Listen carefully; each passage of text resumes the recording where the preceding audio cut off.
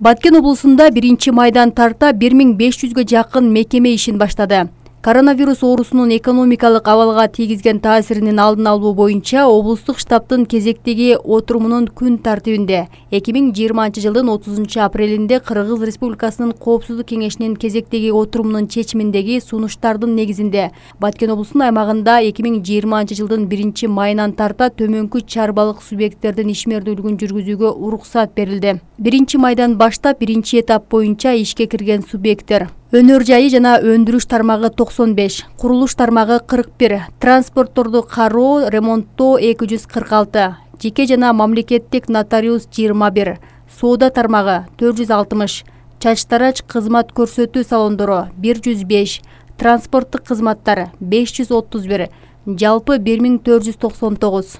Белгилей кетсек, бул тармактарга санитардык эпидемиологиялык талаптарды жана гигиенаны сактап иш алып баруу жагы эскертилди. Ошондой эле облустук өкүлчүлүк жарандарды санитардык гигиеналык талаптарды сактоого чакырат.